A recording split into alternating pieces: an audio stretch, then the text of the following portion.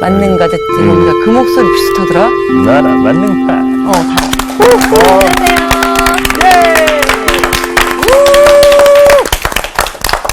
아니, 밖에서 아무 소리가 안 들려가지고 오늘 학생들 아무도 안 온 줄 알았어요. 공부하고 계셨어요. 서프라이즈. 공부하고 계셨어요. 놀래주려고 그랬군요. 네. 오늘 제가 또 문안 여쭐게요. 오늘 여러분 어떠십니까? 아주 좋습니다. 제가 왜 걱정을 했냐면요. 지난주에 십자가 얘기해가지고 네. 다 슬퍼서 슬펐어요. 끝났나 보다 하고 다 사라졌을까봐. 아닙니다. 더 궁금해졌어요. 십자가 다음이 있단 말이에요. 네. 세상에서는 죽음이 끝이라지만 이 마침표를 쉼표로 콤마. 만드시고 그 다음에 더 계속되는 거야. To be continue. 예, 맞습니다. 그래서 예수님이 이제 금요일에 성금요일에 이제 십자가에 지셨는데 이제 앞으로 우리가 부활할 건데 우리는 그 토요일에 살고 있는 거예요. 토요일에. 네. 그래서 이 성경에 이제 예수님 십자가로 끝나지 않고 다른 종교 모든 위대한 사람들의 이 얘기는 하여간 죽음으로 끝납니다. 근데 성경 이야기는 죽었다가 다시 사는 거예요. 네. 부활. 그러니까 십자가는 죄의 문제를 해결해 주는 거고 인류의 이 부활은 죽음의 문제를 해결해 주는 거예요. 네. 어느 누구도 이 죄의 문제와 죽음의 문제 못 해결할 수 없어요. 근데 예수님이 이걸 해결한 거예요. 죄의 문제만 해결한 게 아니고 죽음의 문제까지 해결해요. 그래서 실제로 이제 주일 안식 후 첫날 새벽 미명에 무덤 예수님 시체라도 보려고 네. 사실은 그 돌무덤 이렇게 막혀 있으니까 시체도 볼 수가 없어요. 네. 누가 도와주지 않으면. 근데 간 누가 거죠? 돌을 굴려줄까 고민하면서도 그 앞에서 돌아오는 한이 있어도 가보고 집에 그냥 싶어서. 있을 수가 없어서 네. 갔던 그 여인들이 그 기대 이상으로 부활하신 주님을 만나요.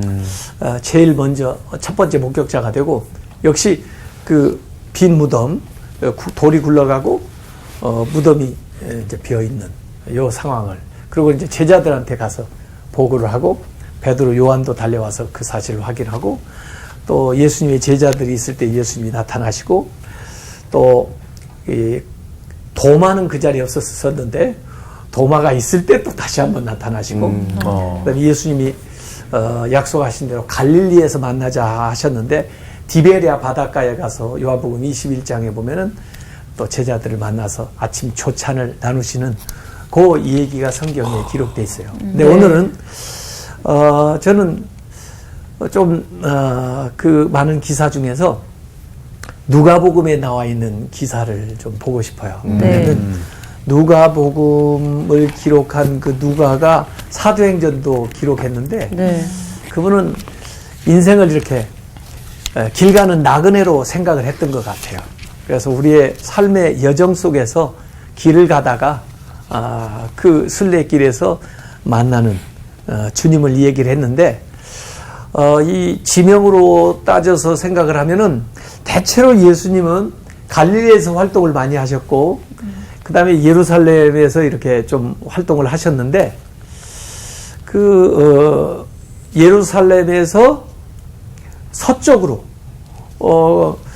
그 예수님 공생애에는 가신 기사가 별로 안 나와요. 그런데 오늘 엠마오라는 지명이 나오는데 이 엠마오는 예루살렘에서 서쪽으로 가는 길이에요. 그래서 예수님이 부활하셔가지고 그 엠마오로 내려가는 제자들, 실제로 12제자 중에 들지는 않지만 예수님을 따르던 사람들, 그들과 동행하는 이야기. 네. 좀 더 흥미가 있을 것 같아요. 네. 그래서 부활에 대한 많은 이야기가 있지만 그 엠마오 그 지명하고 관련된 이야기를 오늘 해보려고 준비해 나왔습니다. 오늘 수업 지명으로 읽는 신약 18강 엠마오. 이 엠마오라는 말이요 따뜻한 우물이라는 뜻이에요. 네. 그 지명 자체가 굉장히 좀 이름이 좋네요. 네. 아마 거기에 온천이나 하나 따뜻한 우물이야. 근데 여기 이제 누가복음 24장 13절부터 35절까지 그 기사가 나오거든요. 네. 그래서 24장 13절에 보면은 이렇게 나옵니다. 그날에 그들 중 둘이, 예수님의 제자들 중에 둘이 예루살렘에서 25리 되는 엠마오라 하는 마을로 가면서, 25리가 어느 정도 되는지 아세요? 심리가 4km예요. 심리가 4km. 그럼 9km? 50. 10km. 아, 10km. 그럼 25리면 10km 정도 10km. 되겠죠. 10km. 네, 10km. 그래서 계산을 10km 정도. 뭐, 이 정도면 저도 뭐, 하프 코스 마라톤 좀 해보고 그랬는데, 달려가면 1시간 정도 그쵸. 좀 뛰면 될 수 있는 그런 거리고, 걸어가도 뭐, 2-3시간이면 갈 수 있는 여기서 그런 거리입니다. 시간 반 걸릴 그, 25리쯤 되는 엠마오라 하는 마을로 갔다. 그래서 제가 이 성서 현장에 갔을 때 네. 엠마오를 좀 가고 싶었어요. 한번 가고 싶었어요. 그래서, 근데 실제로 후보지가 엠마오라고 주장하는 데가 4군데가 있어요. 성서의 지명에 가면 좀 그런 데가 있어요. 왜냐하면 자기 지역이 진짜다. 그래가지고 자기 지역에 오라는 거야. 원조 싸움이네요. 원조 싸움이기도 하고 관광객 유치도 할 수 있고 관광객 그러잖아요. 그러니까 이제 좀 더 공부를 해야 돼요. 진짜 어딘지. 그리고 실제로 시간 나면 4군데 뭐 다 가봐도 되고. 근데 우선 클로니에라고 하는 지역이 있어요. 예루살렘 서쪽이기는 서쪽인데 한 7km 지점이고, 요세푸스의 그 유대 전기에 나오는데 아마 그 엠마오로 추정이 되고 있는데 엠마오. 한 7km, 그러니까 아까 10km하고 뭐 비슷하기는 하지만 그것도 좀 아닌 것 같고, 제가 볼 때는. 그 다음에 쿠베이바라고 하는 곳이 있어요. 구베이가. 예루살렘에서 약간 위로 올라가면서 북서쪽으로 11km 지점에 있는 곳인데, 여기 십자군 시대의 그 유적이 있고요. 또 19세기 프란치스코에서 그곳에다가 그 2명 중에 한 사람 이름 나오죠. 글로바. 그 글로바 교회를 그곳에 세웠습니다. 그리고 현재 그곳에 가면은 라트룬이라고 하는 수도원이 있어요. 거기. 그래서 제가 볼 때는 거의 10km에 근접 오면서 좀 유력하지 않나 이런 생각을 하는데, 이런 말을 해야 될지 모르지만 제가 이걸 확인을 하기 위해서 네. 저는 주로 현장 독서를 하는 사람이거든요. 현장에 가서 그곳에서 쓰여진 또 그곳에 대한 책을 읽거든요. 그래서 내가 현장에 가서 성경을 딱 펴놓고 이 누가복음 23장을 읽어봤어요. 거기 네. 감동이 오나 안 오나. 근데 진짜 그 라투룬 그 수도원 이렇게 돌아다니다 보면은 네. 마치 그 식당처럼 이 돌로 이렇게 단을 쌓아놓고, 그날 갔더니 어느 그룹이 와서 성찬식을 하고 간 것 같더라고요. 그런 데인데 거기 딱 서가지고 이 본문을 읽는데 막 감동이 밀려오는 거예요. 와, 눈물 나고, 와, 마치 예수님이 내 앞에 서 계시는 것 같은 느낌이 확 와요. 그래서 나는 하여간 이곳이다 이렇게 여기다. 제가 스스로 그냥 확신을 해요. 예. 그 다음에 아부곳이라는 곳이 있는데, 네. 이 아부곳이라고 하는 것도 북서쪽으로 한 14km 좀 되는데, 이 라트룬하고 사실은 가까운 지점인데, 이곳은 원래 길라디아림, 구약에서 길라디아림으로 알려지고 있는 곳입니다. 그 길라디아림이 뭐냐면, 그 사무엘상 6장, 사무엘하 6장에 보면 그 법궤가 그곳에 안치되었던 곳이에요. 그래서 그 다윗이 예루살렘으로 법궤를 모시고 오기 전에 있었던 곳이 길라드 여림이에요. 그래서 그곳에서 많은 복을 받았다 해가지고 실제로 아부고시에 가면은 그 법궤를 기념을 한 그런 이 수도원이 세워져 있습니다. 근데 아마 그곳이 엠마오가 아니냐 이렇게 얘기하는데 그건 그야말로 제가 볼 때는 법궤의 그 이동 경로를 살필 때 아주 중요한 지역이고 엠마오는 아닌 것 같아요. 그 다음에 또 주장하는 곳 가운데 암와스라고는 지역이 있거든요. 암와스. 암와스는 예루살렘 북서쪽으로 한 23km. 아까 10km 정도 된다고 그랬는데 너무 좀 머네요. 너무 먼 것 같아요. 그런데 우물도 있고 뭐 따뜻한 우물도 있고 그래가지고 아마 그 엠마오라고 이름을 붙이지 않았을까. 십자군들이 신약의 엠마오라고 그렇게 이제 이야기를 했었다는 전승이 있는데요. 그래서 저는 아까 얘기했던 쿠베이바에 있는 라투른 그 수도원이 그 원래 엠마오일 거다 이렇게 추정을 합니다. 그래서 지도에 보시면요, 네.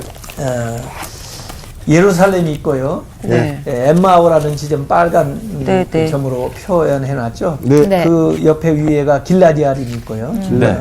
그래서 그 꼭 예루살렘에 가시면은 이 엠마오로 한번 가보세요. 그 가볼 데가 엠마오로 많네. 이 내려가던 그 제자들의 심정을 아마 느낄 수가 있을 것이다 이렇게 이제 생각이 됩니다. 그래서 믿음 생활을 하다 보면 우리가 이렇게 정상에 올라가는 그런 때도 있지만, 그러니까 네. 예수님을 따라다니는 제자들이 막 기적을 행하고 많은 사람들이 따라오고 또 환호성을 지르고 할 때 자기들도 덩달아서 믿음의 어떤 절정에 이르는, 예? 그런데 십자가를 딱 주시니까 완전히 내리막길로 떨어지는 거죠.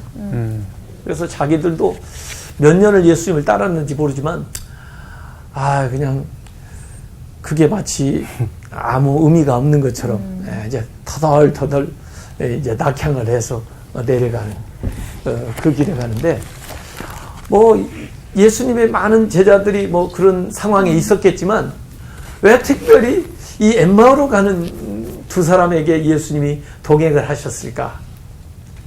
제가 보면은 가장 슬퍼했는 것 같아, 이 사람들이. 가장 아파했는 것 같아. 그러니까 예수님을 끌어당기는 거지, 자기 삶에. 예.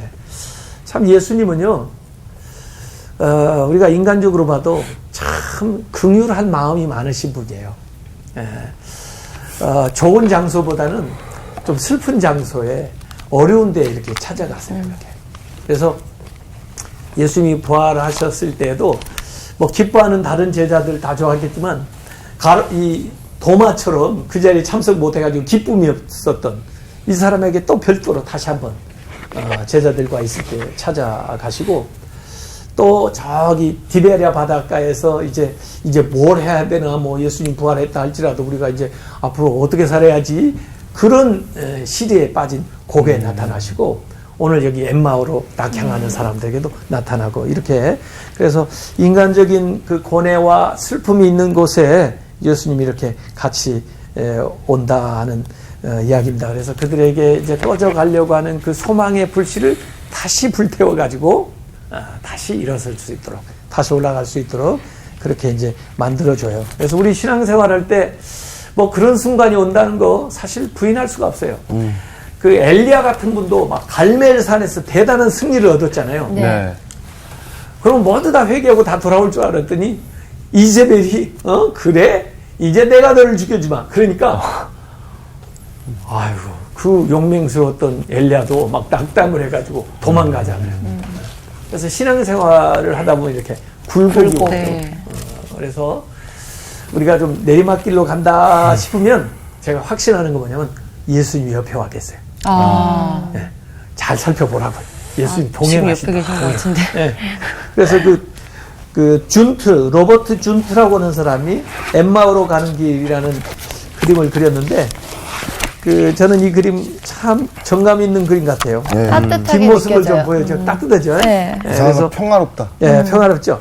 이 양쪽에 이 두 사람이 있고 예수님이 가운데 같이 뭐 가고. 이렇게 하늘을 가르치시는 것 같은데, 나는 소망을 주는 것 같아요. 이렇게. 네. 그러면서 그들과 함께 걸어갑니다. 그래서 우리가 인생길 걸어가면서 어떤 사람은 행복하게 잘 살기 원했는데 원치 않게 이혼을 하는 사람도 있고, 또 실직의 아픔을 겪는 사람도 있고, 또 뭐 시험 본 거 낙방한 사람도 있고, 몸이 아파서 이렇게 누워 있는 분도 계시고, 또 사업적으로 어려운 분도 있고, 인간관계 어려움이 있을 때 그때 예수님이 이렇게 나에게 찾아오신다.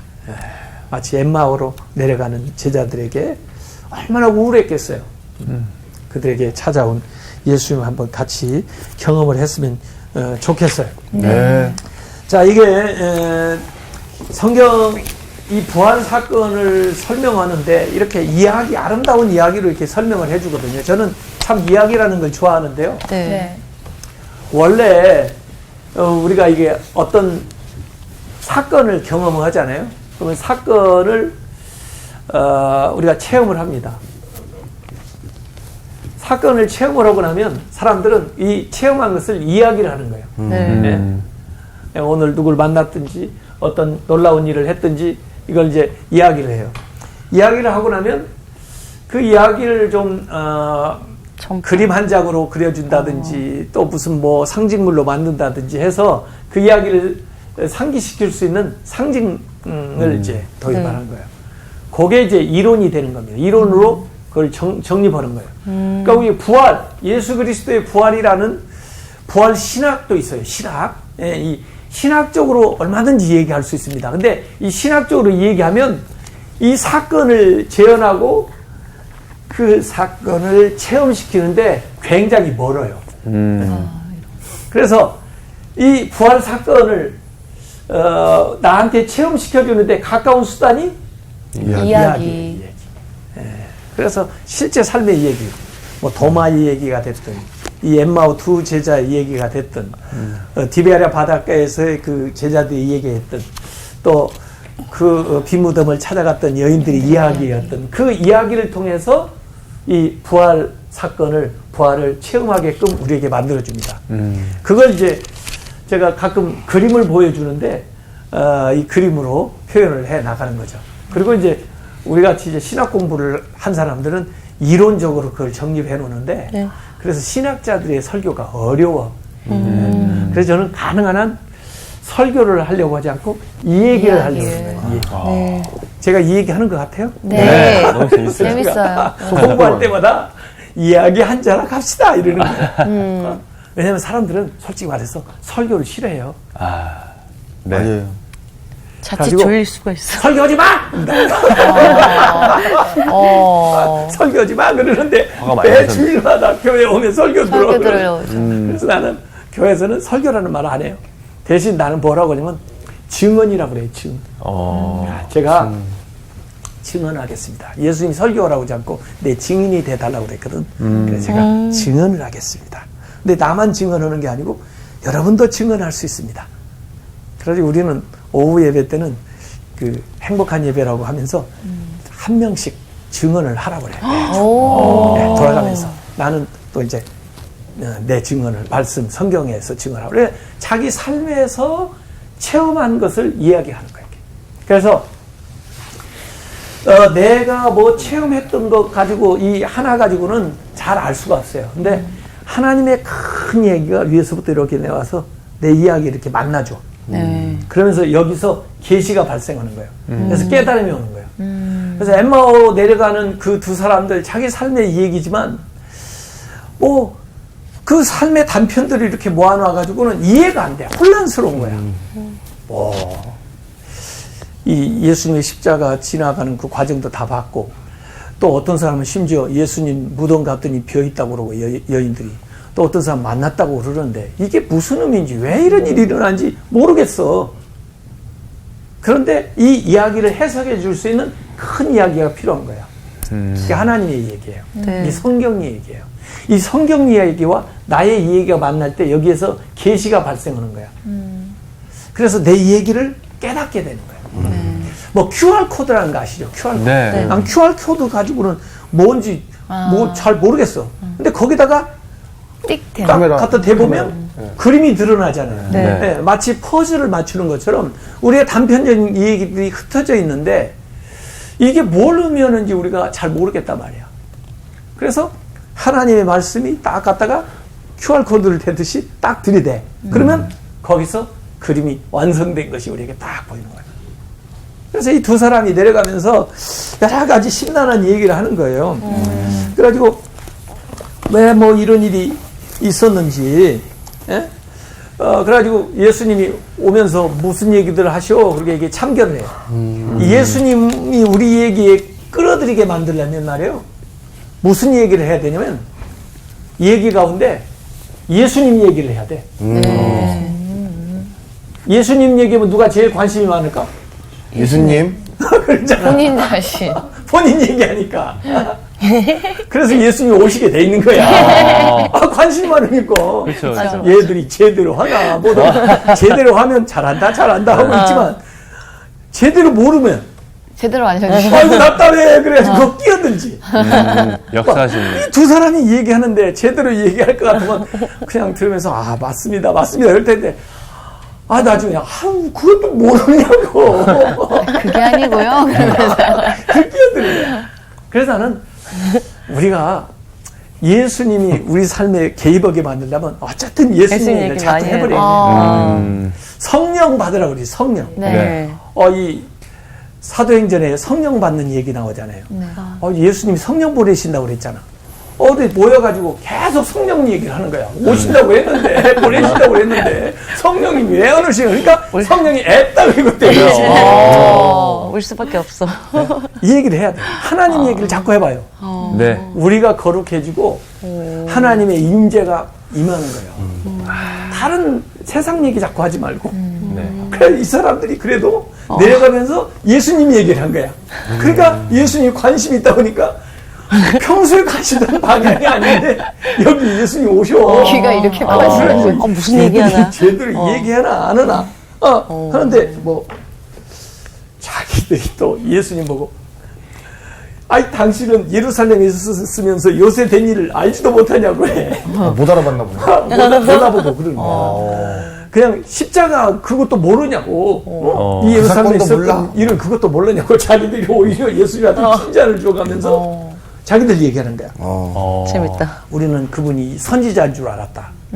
또 우리를 속량할 분이로 알았다. 우리를. 그런데 얼토당토 않게 억울하게 사형 판결을 받아가지고 십자가에 못 박혀 돌아가셨다.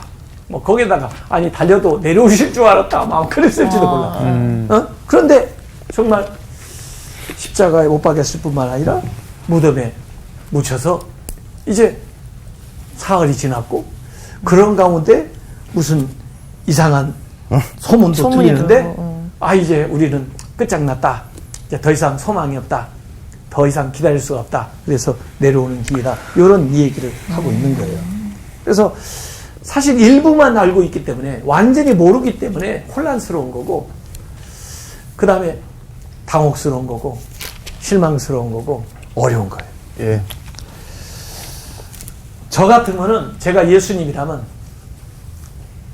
짠! 나 좀 봐! 그러면서 실물로 그래 부활 못 믿겠다고 나를 보라니까 만져보라니까 나야 나! 이렇게 실물로 증명을 해주면 얼마나 확실하겠어. 그렇죠. 근데 예수님이 말씀으로 풀어주는 거야. 성경으로 풀어주는 거야. 왜 그랬을까? 사실은요, 우리를 위한 거예요. 우리를 위한 거야. 우리가 예수님을 뭐 부활한 걸 항상 막 가서 만져서 확인할 수가 있어요? 없어요. 우리는 말씀으로 확인할 수밖에 없어요. 근데 어떤 면에서 예수님은 말씀으로 확인하지 못하면 만져봐도 소용없는 거야. 그래서 실체를 만져보는 것보다도 더 중요한 게 뭐냐면 말씀 안에서 우리가 확신을 얻는 것이 더 중요한 거예요. 그래서 실물이 계셨는데도 불구하고 그 실물로 증명을 하지 않고 말씀으로 예수님이 설명을 하는데 선지자의 글로부터 시작해가지고 말씀을 풀어주신 거예요. 그래서 모세의 율법, 선지자의 예언, 시편 말씀 가지고 내려가면서 그냥 성경 공부를 하는 거야. 이 얘기를 해. 깨닫게 해주는데 이상하게 그 말씀을 듣는데 막 가슴이 뜨거워지고. 그래서 32절에도 보면 길에서 우리에게 말씀하시고 우리에게 성경을 풀어주실 때 우리 속에서 마음이 뜨겁지 아니하더냐. 가슴이 뜨거워지는 말씀을 들으면서 가슴이 뜨거워지는 경험을 해본 적 있어요? 네. 없어요? 누가 역사하시는 거예요? 하나님. 성령님. 성령님. 내 안에 역사하셔. 네. 그래서 가슴이 뜨거워져요. 그래가지고 이제 내려가다가 아마 이 자신들의 아마 집으로 들어가나 봐요. 그 길 가던. 예, 그 두 분 중에 한 사람이 이름은 글로바거든요. 저도 좀 상상을 해봐요. 이 두 사람인데 두 사람이 다 남자였을까? 그렇지 않으면 부부였을까? 나는 부부였을 것 같아. 같은 집으로 들어가는 걸로 봐서. 근데 그 글로바의 집에 이렇게 들어가가지고 이제 예수님을 뭐 같은 동행이고 좋은 얘기 하시고 그랬으니까 초청을 하는 거야. 저희 집에 오셔서 같이 식사하고 가시죠. 가지고 초대해서 들어와. 가지고 아주 조촐한 뭐 여행길에 서로 돌아왔으니까 뭐 집에 있는 게 별거 없겠죠. 예, 떡을 하나 구워가지고 이제 드실 수 있도록 이렇게 준비를 하는 거예요. 저는요, 그 렘브란트가 참 이 예수님의 십자가 관련돼서 여러 가지 그림을 많이 그렸는데요. 특별히 그 엠마오로 내려가는 그 제자들의 그 그림을 23살 때 1629년에 그려놓은 그림하고 거의 한 20년이 흐른 다음에 1648년에 또 같은 그 성경 대목을 그려놓은 그림이 있어요. 네, 두 개가.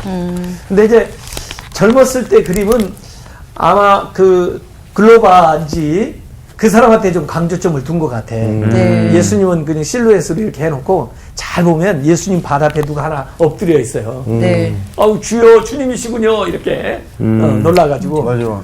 저 부엌에는 어떤 여인이 음식 마련하고 있고 예? 그런데 이제 나이가 좀 지긋이 든 다음에는 같은 그림을 그리면서 예수님이 센터에 딱 자리하고 계셔. 그리고 후광이 딱 있고 그리고는 예수님 손에 지금 떡이 있는데 떡을 딱 뗄 때 그때 저들이 예수님을 알아보고 놀래는 그 두 남자로 이렇게 그려놨고 뒤에 시종은 뭔가 이제 그 와서 섬기는 그런 모습이 나오는데 이 모습을 한번 가만히 이제 생각을 해보라고요. 대개 이제 음식을 준비하면은 주인이 나눠주잖아. 네. 음식을. 근데 예수님이 손님인데 자기가 떡을 떼가지고 나눠줘. 네. 이거 뭐 하는 것 같아? 난 이거 성찬식 하는 것 같아. 성찬식. 성찬식 하는 모습을 떠올리잖아요. 네. 그래서 실제로 그 누가복음 24장 30절에 보면 그들과 함께 음식 잡수실 때 떡을 가지사 이 성찬을 할 때 하는 최후의 만찬 때하고 비슷해요. 떡을 가지사. 그 다음에 축사하시고 축복하시고 그 다음에 떼어 그들에게 주시. 그들에게 주다. 주시는 기분. 그래서 테이큰 떡을 가지사 blessed 축복한 다음에 broken 떼어서 그들에게 주시는 거예요. 그러니까 하나님이 예수님이 이게 기도하면서 이걸 줄 때 그걸 딱 받아 먹을 때 눈이 열려가지고 예수님을 발견하게 돼요. 그 전에는 이제 가슴이 뜨거워지고. 그래서 나는 이게 굉장히 중요한 이제 기사라고 보는 건데, 이 예수님을 알아보게 된 것이 이 구체적인 물질, 이 음식, 이걸 통해서 예수님을 알게 되는 거야. 네. 그러니까 부활 사건이 아주 초월적인 것 같지만은 이 초월의 경험을 구체적인 삶의 현실에서, 삶의 길에서, 식탁에서 음식을 먹을 때 경험을 하는 거야. 네. 그러니까 일상에서 이 부활을 경험해야 된다. 이 먹는 거하고 같이 나와요. 그 디베리아 바닷가에서도 조찬을 먹으면서 예수님을 알아보는 거야. 그래서 이 부활이라는 것이 그냥 어떤 초월적인 현실과 동떨어진 사건이 아니라 현실 세계 속에서 일상에서 우리가 경험할 수 있는 그러니까 부활을 살아야 된다. 부활이 생활화돼야 된다. 부활을 먹어야 된다. 이런 의미가 여기에 들었다고 봐요. 그래서 교회 가면 자꾸 먹이더라고요. 잘 먹이더라고요. 그런 것 때문에. 그래. 그래서 그 도로시 데이라고 하는 사람 그런 말을 했어요. 우리는 빵을 땜으로써 그분을 알고 또한 빵을 땜으로써 서로를 안다. 그래서 실제로 우리 크리스찬의 그 코이노니아 사귐이라는 건 세상의 사귐과 다른 게 뭐냐면 나눔. 예, 나눔인데 그리스도를 중심으로 해서 나누는 거예요. 그래서 코이노니아의 참 뜻은 그리스도의 몸을 나누는 거예요, 우리가. 그래서 그 한 몸에 동참하는 거지. 근데 알아보고 나니까 사라졌어. 밀당? 그래. 그렇게 말할 수도 있어요. 근데 나는 그래서 궁금한 거야.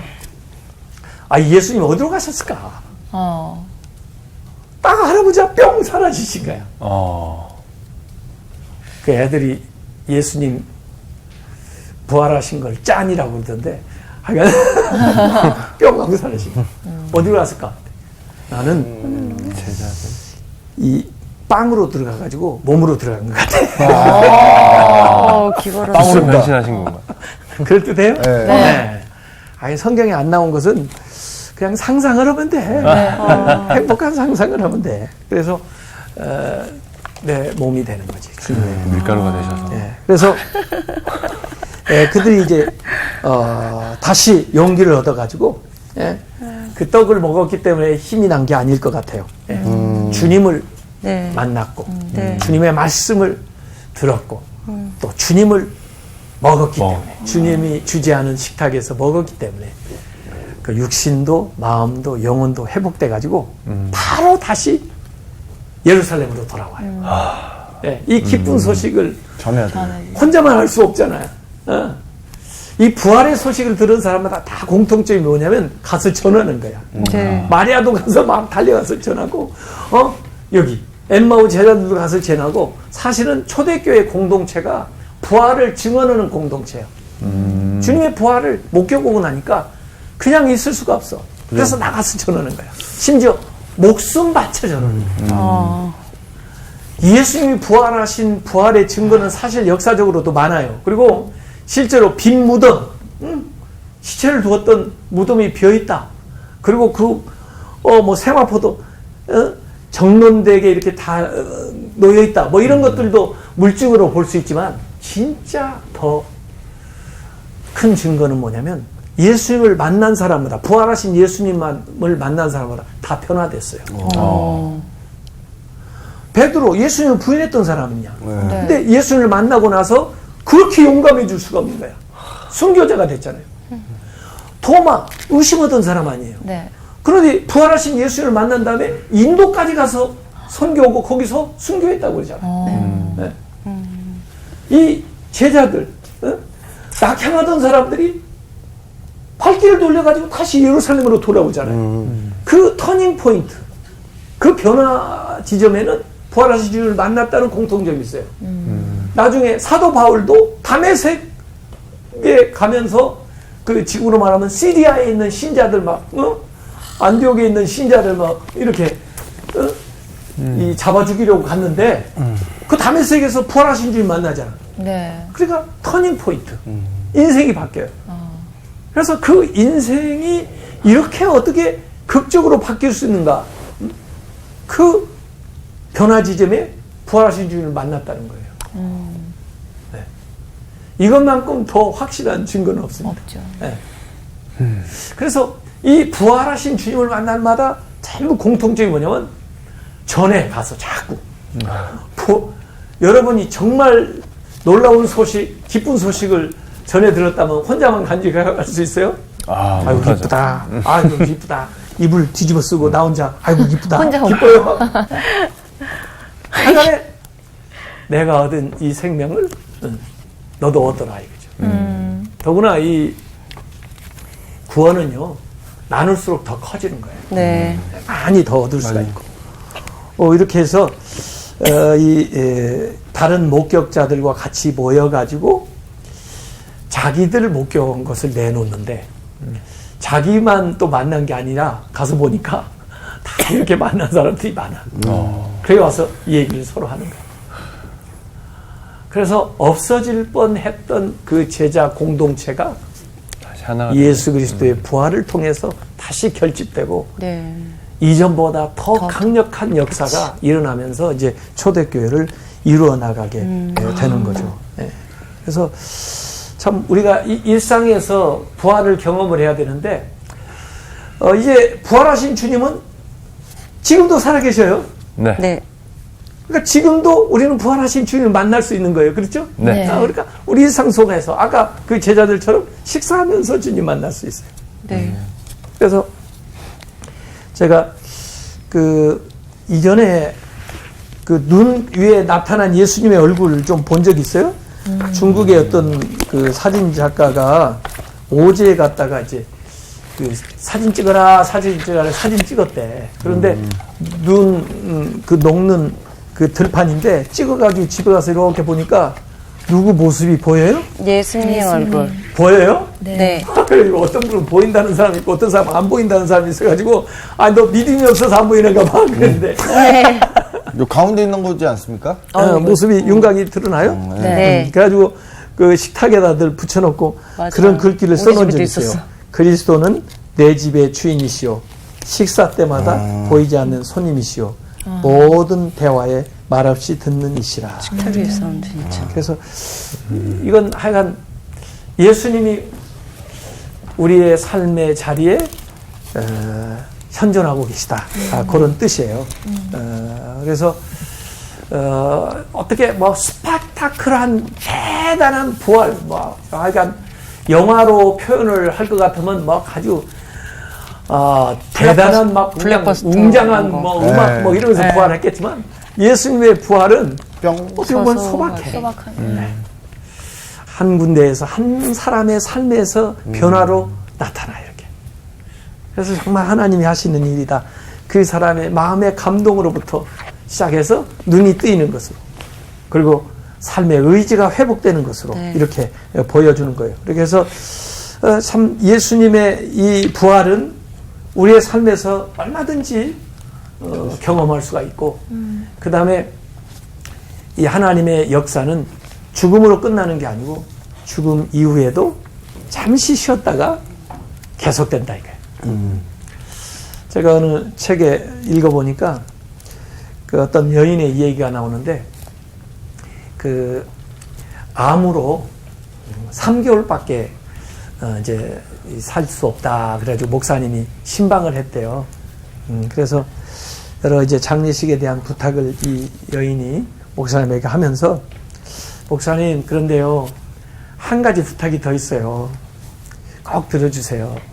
뭔데요? 그랬더니 네, 제 오른손에다가요 포크를 들려주세요. 포크? 포크. 음식 찍어 먹는 과일 네. 먹는 거. 삼지참. 그래서 왜요? 그랬더니 목사님 제가 평소에 어느 식당에 갔을 때 메인 디시 끝나고 그 서빙하는 사람이 와가지고 그걸 치우면서 포크는 들고 계세요. 그렇게 이 얘기할 때가 제일 기분이 좋았대. 왜냐하면 자기는 디저트를 좋아하는데 포크 들고 있으라고 하는 얘기는 디저트 나온다는 얘기거든. 음식이 계속 나온다라는 뜻이. 그래서 자기 죽었을 때 포크를 들려달래. 가지고 만약에 사람들이 와서 아이고 웃겨 왜 저 양반은 포크를 들고 있지 그러면 목사님 좀 얘기해 달라는 거예요. 아직 끝난 게 아니고 더 좋은 게 나오게 돼 있어서 저 자매님은 그걸 기다리고 있는 것이다. 마음이 짠하다. 그 좋은 메시지죠. 네. 그래서 죽음으로 끝나지 않는다. 어찌 보면은 죽음 이후에 이전에 우리가 살아보지 못한 또 놀라운 일들이 기다리는 거예요. 그걸 우리가 나중에 살아가기 위해서는 오늘 일상 속에서 부활하신 부활을 주님을 만나라. 만나야 돼요. 예. 특별히 시리의 엠마오 길을 내려갈 때는 예수님이 옆에 오셨다는 걸 생각해요. 네. 식사할 때도 혼자 식사한다고 하지 말고 예수님이 내 앞에서 나하고 같이 식사를 하고 있다는 생각으로 기도를 하고 주님을 먹고 마시는 마음으로 음식을 먹으면 정말 주님께서 그 삶을 변화시키고 그에게 새로운 힘과 소망을 줄 거예요. 네. 이제 다음 시간부터는요. 이제 복음서가 끝나고요. 어머. 사도들의 이야기로 들어갑니다. 사도행전 기대하시라. 우리가 예수님 제자니까 이제 그 길을 우리가 따라가야 되는 거예요. 이제. 네. 예수님 하신 일 다 끝냈어요. 네. 네. 이제 우리가 해야 될 일 남았어요. 네. 다음 주에 봅시다. 다음 네. 주에.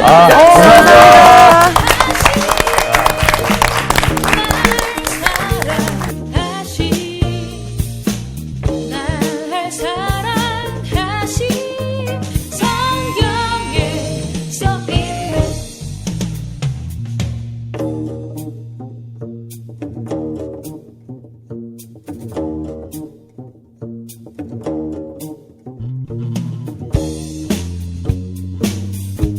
about the love of Jesus. Yeah. 이번 주 퀴즈입니다. 베드로 후서에 기록된 그리스도인의 덕목은 무엇일까요? 1번 지식, 2번 배려, 3번 충성. 정답을 아시는 분은 CBS 성서학당 홈페이지에 정답을 올려주시거나 우편으로 보내주시면 됩니다. 선정되신 분들에게는 대한성서공회에서 발행한 성경 통독을 위한 최고의 자습서 성경 2.0, 세상을 바꾸는 복음 매거진 크리스채너티 투데이 1년 정기 구독권, 성서학당 선생님들의 저서 중 하나를 드립니다.